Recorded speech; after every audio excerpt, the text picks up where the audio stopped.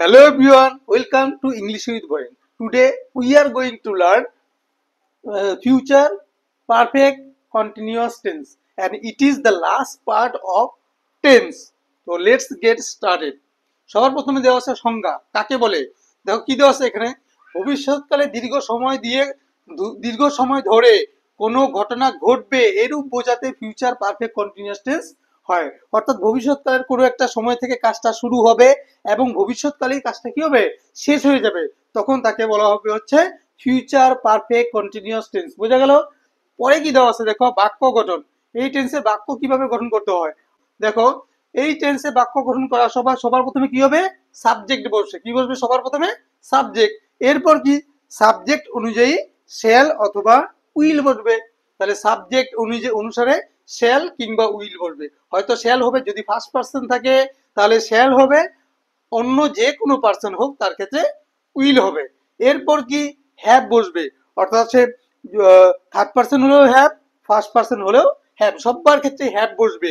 এরপর বিন, এরপরে হচ্ছে বিন কমন, এটা সবার সঙ্গে থাকবে। এবং সবার শেষে কি, ভার্বের সঙ্গে আইএনজি যুক্ত করতে হবে এবং শেষে অবজেক্ট বসিয়ে কি করতে হবে, টেন্সটাকে শেষ করতে হবে। বুঝা গেল? এবার দেওয়া আছে স্ট্রাকচার। কি কি স্ট্রাকচার আছে দেখো, টেন্সটা কিভাবে গঠন করা হয়। অর্থাৎ সবার প্রথমে কি দেওয়া আছে, এটা বাক্য গঠনটারই শর্ট ফর্ম হচ্ছে স্ট্রাকচার। কি দেওয়া আছে, সবার প্রথমে সাবজেক্ট, এরপর শ্যাল নয়তো উইল, এরপর হ্যাভ বিন, তারপরে ভার্ব, তারপরে আইএনজি প্লাস অবজেক্ট। স্ট্রাকচারটা একটু লেন্দি। বাংলা রূপ কি কি আছে দেখো, যেমন করতে থাকবে, দেখতে থাকবে, পড়তে থাকবে, খেলতে থাকবে ইত্যাদি। অর্থাৎ ভবিষ্যৎকালের কোনো একটা সময়ে একটা কাজ কি থাকবে, রানিং অবস্থায় থাকবে, অর্থাৎ চলমান থাকবে। তখন যেমন কি, তার চলতে থাকবে, দেখতে থাকবে, তার দেখার কাজটা কি চলতে থাকবে, এবং করতে থাকবে বলতে তার কাজটা তখন রানিং অবস্থায় থাকবে। বুঝে গেল? এবার আমরা কয়েকটি ট্রান্সলেশন নিয়ে নিব। ট্রান্সলেশন নিলে পরে কি হবে, আমাদের সেটা পার্টটা বুঝতে, অর্থাৎ লেসনটা বুঝতে অনেকটা বেশি সুবিধা হবে। চলো না শুরু করা যাক। রানা নদীতে মাছ ধরতে থাকবে। দেখো, রানা নদীতে মাছ ধরতে থাকবে, অর্থাৎ করতে থাকবে কাজটা। এটা হচ্ছে future perfect continuous tense. Rana. এবার সবার প্রথমে আমাদের সূত্র কি দেওয়া আছে, সাবজেক্ট। এখানে সাবজেক্ট কোনটা, রানা। তাহলে আমি লিখলাম রানা, রানা। এরপরে কি দেওয়া আছে, সাবজেক্টের পরে শ্যাল নয়তো উইল। এবার রানার পর কি বলবে, শ্যাল হবে না উইল হবে? রানার পর হচ্ছে উইল হবে, যেহেতু এটা থার্ড পার্সন। রানা উইল, তারপরে কি দেওয়া আছে, হ্যাভ বিন। তাহলে আমি করে দিলাম রানা উইল হ্যাভ বিন। এবার ভার্বের সঙ্গে আইএনজি যুক্ত করতে হবে। মাছ ধরতে থাকা, ধরার ইংরেজি কি, ক্যাচ। এখানে হবে Rana will have been catching, Rana will have been catching fish. বুঝে গেল? এবার পরে দেখা দেওয়া আছে কি, পরেরটা কি দেওয়া আছে দেখো, আমরা সকাল থেকে বই পড়তে থাকবো। সবার প্রথমে সাবজেক্ট কি দেওয়া আছে, আমরা।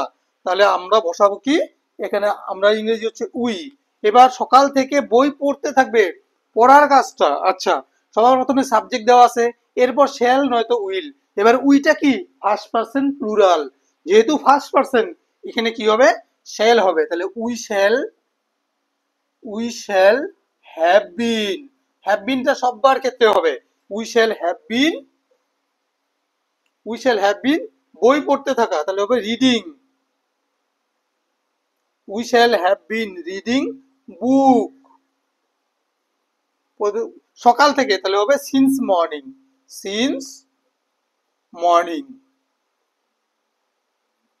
Since morning. বুঝে গেল? পরেরটা দেখো, তারা 2 ঘন্টা যাবত বল খেলতে থাকবে। তাদের খেলতে থাকার কাজটা কি, তারা চলতে থাকবে। 2 ঘন্টা আগে শুরু হয়েছিল, শুরু হবে ভবিষ্যৎকালের, এবং তখনও কাজটা চলমান থাকবে। তারা 2 ঘন্টা যাবত বল খেলতে থাকবে। তারার ইংরেজি কি, দে, দে। এবার দে এর পর কি দেওয়া আছে দেখো, সবার প্রথমে সাবজেক্ট। এবার দে এর পরে শ্যাল না উইল হবে, কি হবে, দে এর পরে হচ্ছে উইল। উইলটা কি হবে, সবার ক্ষেত্রে হবে, শুধু ফার্স্ট পার্সন বাদে। আচ্ছা, দে উইল হ্যাভ বিন তো কমন, এটা সবার সঙ্গেই হবে।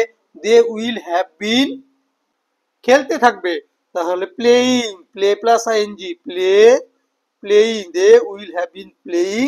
তাহলে আমরা কোথায় আসলাম, উইল হ্যাভ, তারপরে ভার্বের সঙ্গে আইএনজি যুক্ত করলাম এবং সবার শেষে অবজেক্ট। এবার প্লেইং কতক্ষণ যাবত বলছে 2 ঘন্টা যাবত, তাহলে ফর 2 আওয়ার্স। কয়টা কি দেওয়া আছে, তুমি নদীতে সাঁতার কাটতে থাকবে, তুমি নদীতে সাঁতার কাটতে থাকবে। তাহলে আমাদের সবার প্রথমে সাবজেক্ট, সাবজেক্ট কি তুমি, এবার ইউ, এর পরে শ্যাল নয়তো উইলে থেকে যে কোনো একটা নিতে হবে, কোনটা নিব আমরা, ইউ উইল। তারপরে কি হবে, উইলের পরে have been, you will have been swimming,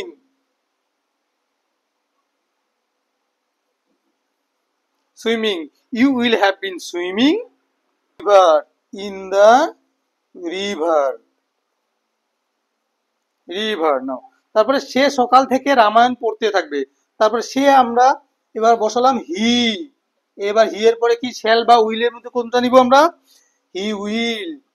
তারপরে কি হবে, you will have been, have been, he will have been পড়তে থাকা, তাহলে রিডিং হবে, will have been reading the Ramayana, the he will have been reading the Ramayana, সকাল থেকে, তাহলে হবে সিন্স মর্নিং। এই হয়ে গেল আমাদের 5টা ট্রান্সলেশন। তো এই টেন্সটার ব্যবহার খুব কম, এই টেন্সটা প্রায় ব্যবহার করা হয়ই না ধরলেই চলে। এবার আমরা যেটা পড়লাম আজকে কি, ফিউচার পারফেক্ট কন্টিনিউয়াস টেন্স কখন হয়, যদি দীর্ঘ সময় ধরে কোনো একটা ঘটনা ঘটবে এরূপ বোঝাতে ফিউচার পারফেক্ট কন্টিনিউয়াস টেন্স হয়। তারপরে বাক্য গঠনে কি হবে, সবার প্রথমে সাবজেক্ট, তারপরে শ্যাল নয়তো উইল, এরপরে কি হবে, হ্যাভ বসবে, তারপরে বিন বসবে, এবার হচ্ছে ভার্বের সঙ্গে আইএনজি বসাতে হবে, এবং সবার শেষে অবজেক্ট হয়। এখানে তাই দেওয়া আছে, সাবজেক্ট, তারপর শ্যাল নয়তো উইল, তারপরে হ্যাভ বিন, তারপরে verb plus ING plus object. আচ্ছা, বাংলা রূপ কি কি আছে, করতে থাকবে, দেখতে থাকবে, পড়তে থাকবে, খেলতে থাকবে ইত্যাদি। আর রানা নদীতে মাছ ধরতে থাকবে, Rana will have been catching fish, নদীতে বলছে না, in the river, in the river. তারপর কিন্তু আমরা সকাল থেকে বই পড়তে থাকবো, we shall have been reading books since morning. তারপর কি, তারা 2 ঘন্টা যাবত বল খেলতে থাকবে, they will have been playing for 2 hours. তুমি নদীতে সাঁতার কাটতে থাকবে, you will have been swimming in the river. সে সকাল থেকে রামায়ণ পড়তে থাকবে, হি will have been reading the Ramayana since morning. তো বোঝা গেল। তো আজকে কি হলো, আজকে আমাদের টেন্স সম্পূর্ণ হলো, টেন্সের যে 12টা ভাগ সেই 12টার মধ্যে 12টাই আমরা কমপ্লিট করতে পেরেছি।